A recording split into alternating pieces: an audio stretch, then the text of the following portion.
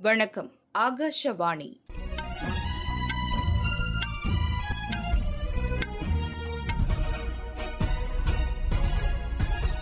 செய்திகள் வாசிப்பவர் சுமதி. தலைப்புச் செய்திகள்.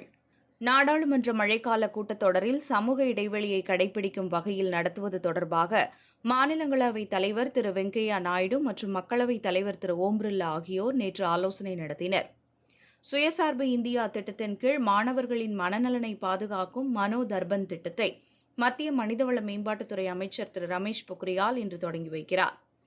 உலக அரங்கில் பயங்கரவாதம், பாதுகாப்பு, கடல்சார் மற்றும் சுற்றுச்சூழல் தொடர்பான பிரச்சினைகளுக்கு தீர்வு காண்பதற்கு பல்வேறு நாடுகள் இந்தியாவை தேடி வருவதாக வெளியுறவுத்துறை அமைச்சர் திரு ஜெய்சங்கர் கூறியுள்ளார். புதுதில்லியில் உள்ள விமானப்படை தலைமையகத்தில் விமானப்படை தளபதிகளின் 3 நாள் மாநாடு நாளை தொடங்கும் என்று அறிவிக்கப்பட்டுள்ளது. கோவிட் தொற்றை கட்டுப்படுத்துவதற்கு அனைத்து மாநிலங்களும், யூனியன் பிரதேச அரசுகளும் பரிசோதனைகளை அதிகப்படுத்துமாறு மத்திய அரசு அறிவுறுத்தியுள்ளது. இனி விரிவான செய்திகள். நாடாளுமன்ற மழைக்கால கூட்டத்தொடரில் சமூக இடைவெளியை கடைபிடிக்கும் வகையில் நடத்துவது தொடர்பாக மாநிலங்களவைத் தலைவர் திரு வெங்கையா நாயுடு மற்றும் மக்களவைத் தலைவர் திரு ஓம் பிர்லா ஆகியோர் நேற்று ஆலோசனை நடத்தினர்.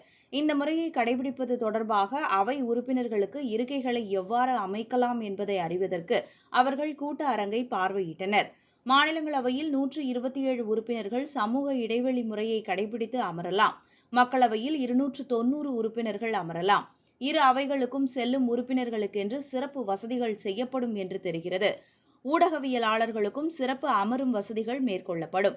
மாநிலங்களவைக்கு புதிதாக பதவியேற்பதற்கான வசதி குறித்தும் இன்று ஆய்வு செய்யப்பட்டது.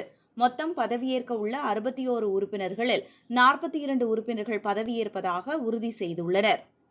சுயசார்பு இந்தியா திட்டத்தின் கீழ் மாணவர்களின் மனநலனை பாதுகாக்கும் மனோ தர்பன் திட்டத்தை மத்திய மனிதவள மேம்பாட்டுத்துறை அமைச்சர் திரு ரமேஷ் பொக்ரியால் இன்று தொடங்கி வைக்கிறார்.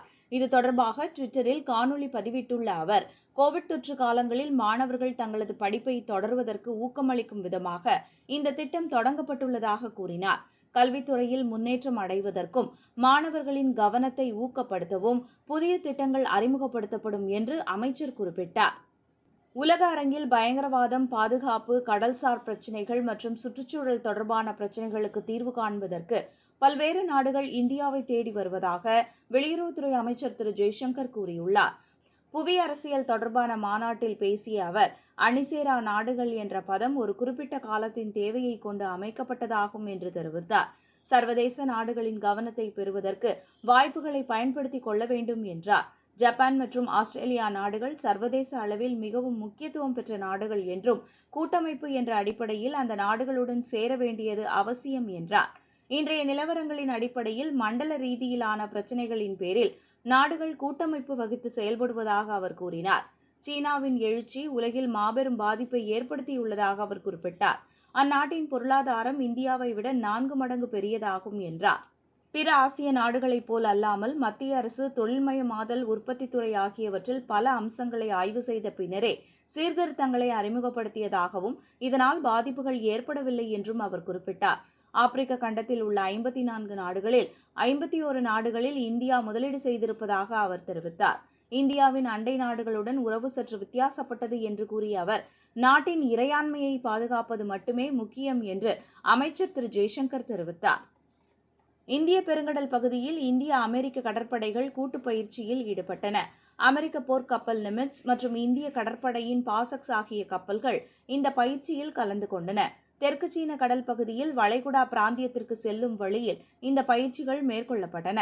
ஜப்பான் மற்றும் பிரெஞ்சு கடற்படைகளுடன் இந்த வகை பயிற்சிகள் மேற்கொள்ளப்பட்டன. புதுதில்லியில் உள்ள விமானப்படை தலைமையகத்தில் விமானப்படை தளபதிகளின் 3 நாள் மாநாடு நாளை தொடங்கும் என்று அறிவிக்கப்பட்டுள்ளது. அடுத்த 10 ஆண்டுகளில் விமானப்படை என்ற தலைப்பில் நடைபெறும் இந்த மாநாட்டை பாதுகாப்புத்துறை அமைச்சர் திரு ராஜ்நாத் சிங் தொடங்கி வைப்பார். விமானப்படை தலைவர் air chief marshal RKS Bhadauria தலைமையில் இம்மாநாடு நடைபெறும்.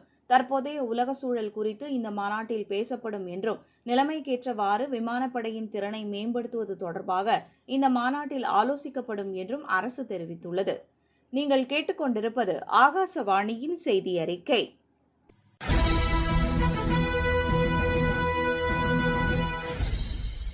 முன்னெச்சரிக்கையாக இருப்போம், கோவிட்-19 தவிர்ப்போம்.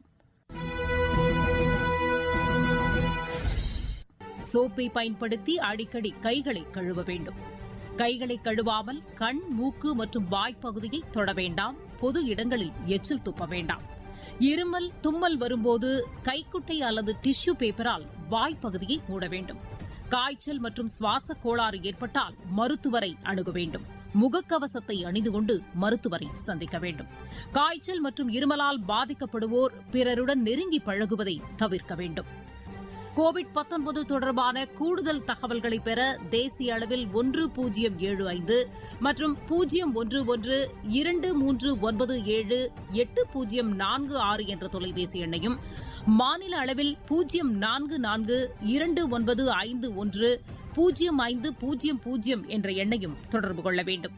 புதுதில்லி எய்ம்ஸ் மருத்துவமனையில் இதுகுறித்த தகவல்களை வழங்குவதற்காக 9918765591 என்ற எண் அறிவிக்கப்பட்டுள்ளது. NCOV2019@gov.in என்ற மின்னஞ்சல் மூலமாகவும் கோவிட்-19 குறித்த தகவல்களை அறிந்து கொள்ளலாம். அரசின் அறிவுரைகளை பின்பற்றி கோவிட்-19 பரவலை தடுப்போம்.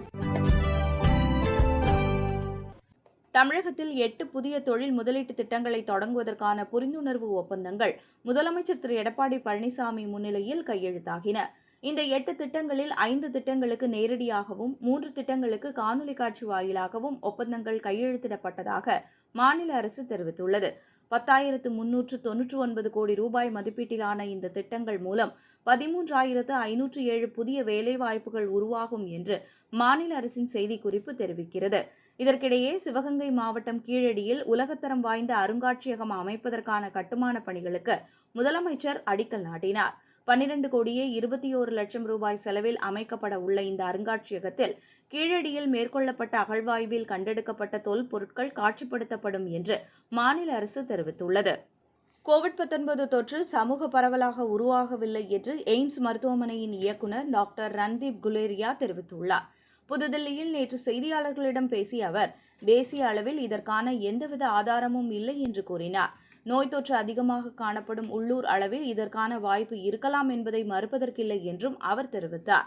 தலைநகர் தில்லி உட்பட நாட்டின் பல பகுதிகளில் நோய் தொற்று உச்சநிலையை அடைந்துவிட்டதாகவும், தற்போது தொற்றால் பாதிக்கப்படும் நபர்களின் எண்ணிக்கை கணிசமாக குறைந்து வருவதாகவும் அவர் கூறினார்.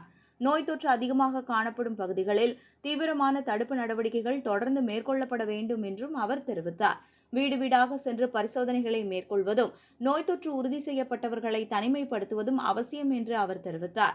இந்நிலையில் கோவிட்-19 தொற்றுக்கான கோவாக்சின் தடுப்பு மருந்தை மனிதர்களுக்கு செலுத்தி ஆய்வு செய்வதற்கான பணி தொடங்கியுள்ளதாக தில்லி எய்ம்ஸ் மருத்துவமனையின் முதன்மை ஆய்வாளர் டாக்டர் சஞ்சய் ராய் தெரிவித்துள்ளார். இந்த மருந்தை பரிசோதனை முறையில் மனிதர்களுக்கும் உட்செலுத்துவதற்கான சோதனை நாளை மறுநாள் தொடங்கும் என்றும் அவர் எமது செய்தியாளர்களிடம் தெரிவித்தார். கோவிட் தொற்றை கட்டுப்படுத்துவதற்கு அனைத்து மாநிலங்களும் யூனியன் பிரதேச அரசுகளும் பரிசோதனைகளை அதிகப்படுத்துமாறு மத்திய அரசு அறிவுறுத்தியுள்ளது. இது தொடர்பாக பரிசோதனை மேற்கொள்வதற்கு கூடுதல் ஆய்வகங்களுக்கு அனுமதி வழங்க வேண்டும் என்றும் அரசு வேண்டுகோள் விடுத்துள்ளது. மத்திய மாநில அரசு மையங்கள் மற்றும் ஆராய்ச்சி நிறுவனங்களில் பயன்படுத்தப்படும் RT-PCR சாதனங்களை மாவட்ட மருத்துவமனைகளுக்கும் பரிசோதனை மையங்களுக்கும் தற்காலிகமாக வழங்குமாறு அரசு கேட்டுக் கொண்டுள்ளது. தனியார் மருத்துவ ஆய்வகங்கள் 2 RT-PCR கருவிகளை பயன்படுத்தினால் நாளொன்றுக்கு 48,000 பரிசோதனைகளை மேற்கொள்ள முடியும் என்று சுகாதாரத்துறை அமைச்சகம் வலியுறுத்தியுள்ளது. ஒவ்வொரு மாநிலத்திலும் கூடுதலாக 5 ஆய்வு மையங்கள் அமைக்கப்பட வேண்டும் என்று அறிவுறுத்தப்பட்டுள்ளது. மீண்டும் தலைப்புச் செய்திகள். நாடாளுமன்ற மழைக்கால கூட்டத்தொடரில் சமூக இடைவெளியை கடைபிடிக்கும் வகையில் நடத்துவது தொடர்பாக மாநிலங்களவைத் தலைவர் திரு வெங்கையா நாயுடு மற்றும் மக்களவைத் தலைவர் திரு ஓம் பிர்லா ஆகியோர் நேற்று ஆலோசனை நடத்தினர். சுயசார்பு இந்தியா திட்டத்தின் கீழ் மாணவர்களின் மனநலனை பாதுகாக்கும் மனோதர்பன் திட்டத்தை மத்திய மனிதவள மேம்பாட்டுத்துறை அமைச்சர் திரு ரமேஷ் பொக்ரியால் இன்று தொடங்கி வைக்கிறார். உலக அரங்கில் பயங்கரவாதம், பாதுகாப்பு, கடல்சார் மற்றும் சுற்றுச்சூழல் தொடர்பான பிரச்சினைகளுக்கு தீர்வு காண்பதற்கு பல்வேறு நாடுகள் இந்தியாவை தேடி வருவதாக வெளியுறவுத்துறை அமைச்சர் திரு ஜெய்சங்கர் கூறியுள்ளார். புதுதில்லியில் உள்ள விமானப்படை தலைமையகத்தில் விமானப்படை தளபதிகளின் 3 நாள் மாநாடு நாளை தொடங்கும் என்று அறிவிக்கப்பட்டுள்ளது. கோவிட் தொற்றை கட்டுப்படுத்துவதற்கு அனைத்து மாநிலங்களும் யூனியன் பிரதேச அரசுகளும் பரிசோதனைகளை அதிகப்படுத்துமாறு மத்திய அரசு அறிவுறுத்தியுள்ளது. செய்தி அறிக்கை நிறைவு பெற்றது. எமது செய்திகளை உடனுக்குடன் அறிந்து கொள்ள AER_News_Chennai என்ற ட்விட்டர் பக்கத்திலும், செய்தி தொகுப்புகளை all India radio news Chennai என்ற யூடியூப் சேனலிலும் அறிந்து கொள்ளலாம்.